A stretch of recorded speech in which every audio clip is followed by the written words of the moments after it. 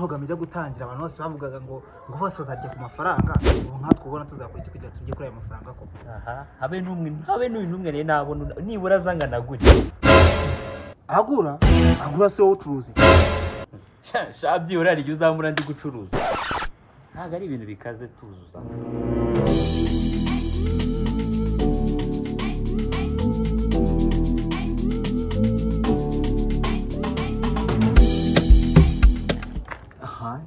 Hi. Hey, I'm here in Rwanda, just in CHOGM. Can you tell me where I can find a place to relax? What? Yeah, CHOGM to know. CHOGM to know. Mafaranga. Yes. If when you can, you go.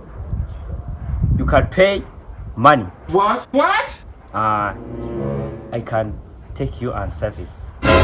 Pay for the service? Hey, you mean I will pay you for the service? Yes. Money service. Yes, money. Oh, how much? Umvase. Harya magana abiri bayita gute mu cyongereza? What? Rwanda ni franc. Nubwo nize nabi ikakunda kazi. Hey! What are you saying? Press. This boy have made space of to free. What? Free. To free? Or free or press on $2. $2,000. Expensive. Too expensive. Oh, no expensive. You know, Ukraine, Russia, essence. What? Petrol. Hey! Okay, no problem. Let me pay you.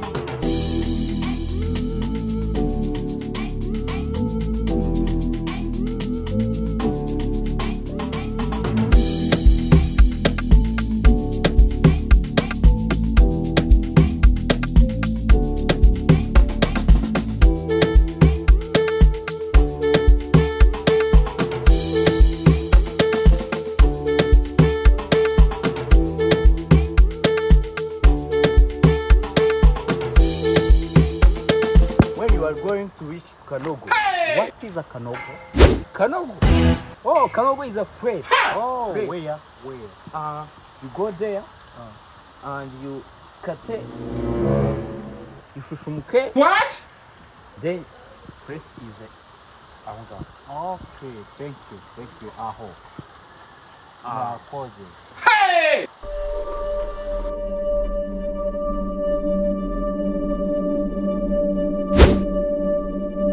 Harya wambaza gucuruza iki? Ubwo se ubu sincuruje. Ariko nanjye ibintu wavugaga nabyumvaga nameshemo ngo ikireni ngo mu Kanogo.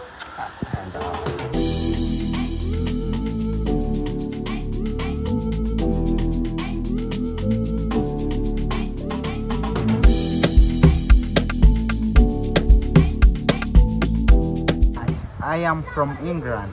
I'm here in CHOGM. Where can I find a water like that? Oh, water. We can buy this one. What? Really? Why? Cause here, no water. Hey! So, how much for this one? Abazungu baba bafite amafaranga. 20k. Hey! Oh my God. What? Yes, you know, CHOGM, Ukraine, expensive. Okay, let me pay you.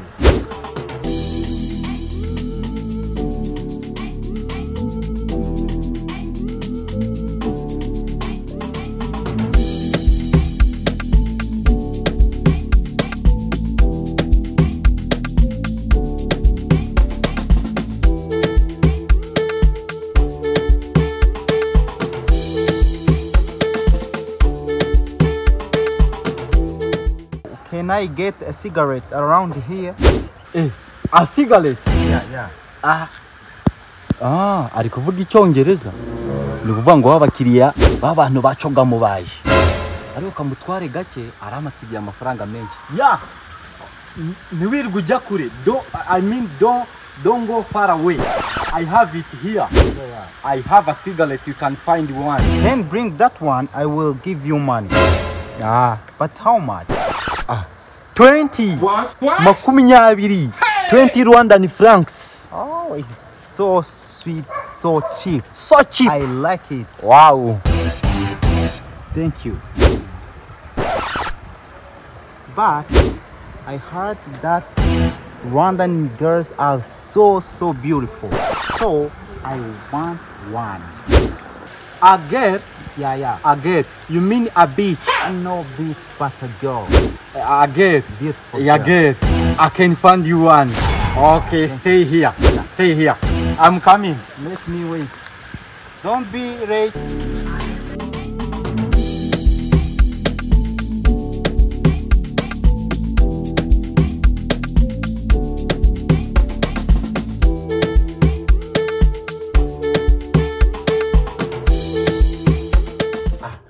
Elizabeth, urumva muye n'umuntu hano uri mu bintu bya CHOGM no mu Bwongereza. English no mu Bwongereza afite amafaranga ariza abantu bafite amafaranga menshi. Urumva ugomba ko ari gushaka umukobwa wo mu Rwanda ngo beautiful girl. Ruvuge ugenda utumutera injuga amafaranga agomba kugweza ntagomba kujya munsi y'ibihumbi 800 twumvikane. 800 ntujye munsi. Kodo ndakuzi ayo mafaranga uvuze ni menshi.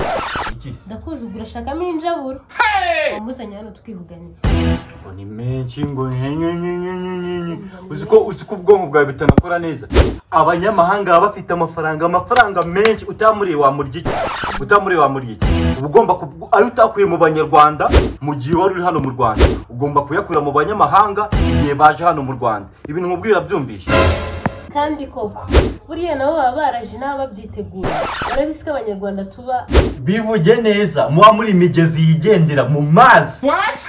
Okay, ngareka tujye kumureba.